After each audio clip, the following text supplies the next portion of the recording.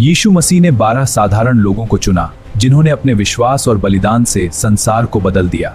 आइए जानें यीशु के 12 शिष्यों की अद्भुत कहानी। पतरस उत्साही और जल्दी बोलने वाले परंतु विश्वास में मजबूत, यीशु का 3 बार इनकार किया लेकिन बाद में महान प्रेरित बने, कई चंगाई और प्रचार किए। परंपरा के अनुसार रोम में उल्टा क्रूस पर चढ़ाकर शहीद हुए। अंद्रियास नम्र और लोगों को यीशु के पास लाने वाला व्यक्ति था। अपनी सेवकाई में कई लोगों को यीशु से मिलवाया, विशेषकर अपने भाई पतरस को। उसकी मृत्यु ग्रीस में एक्स आकार के क्रूस पर चढ़ाया गया। याकूब जब्दी का पुत्र, साहसी और उत्साही, यीशु के सबसे करीबी 3 शिष्यों में से एक था। उसकी मृत्यु राजा हेरोदेस ने उसे तलवार से मरवा दिया था। तलवार से मार दो।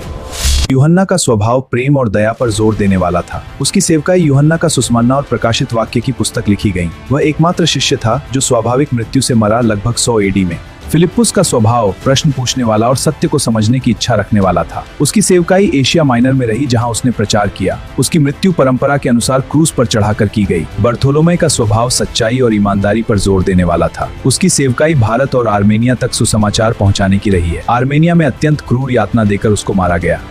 मत्ती पहले कर वसूलने वाला था, बाद में वह यीशु का एक सच्चा समर्पित सेवक बना। उसकी सेवकाई में उसने मत्ती का सुसमाचार लिखा। मत्ती की मृत्यु संभवतः इथियोपिया या फारस में हुई। थोमा का स्वभाव संदेह करने वाला था, लेकिन बाद में वह भारत तक सुश्वास फैलाने की रही, विशेषकर दक्षिण भारत में। थोमा की मृत्यु भारत में भाले से मारकर की गई। तद्दय स्वभाव से एक साहसी और प्रश्न करने वाला चेला था। उसने अपनी सेवकाई में फारस और सीरिया में प्रचार किया। मृत्यु फारस में शहीद किया गया।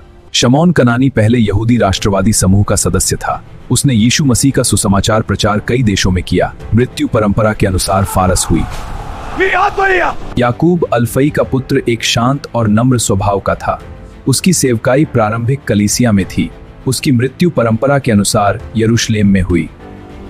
यहूदा इस्करियोती का स्वभाव लालची और विश्वासघात था। वह शिष्यों के धन का प्रबंध करता था। 30 चांदी के सिक्कों के लिए यीशु को धोखा दिया और बाद में पछताकर आत्महत्या कर ली।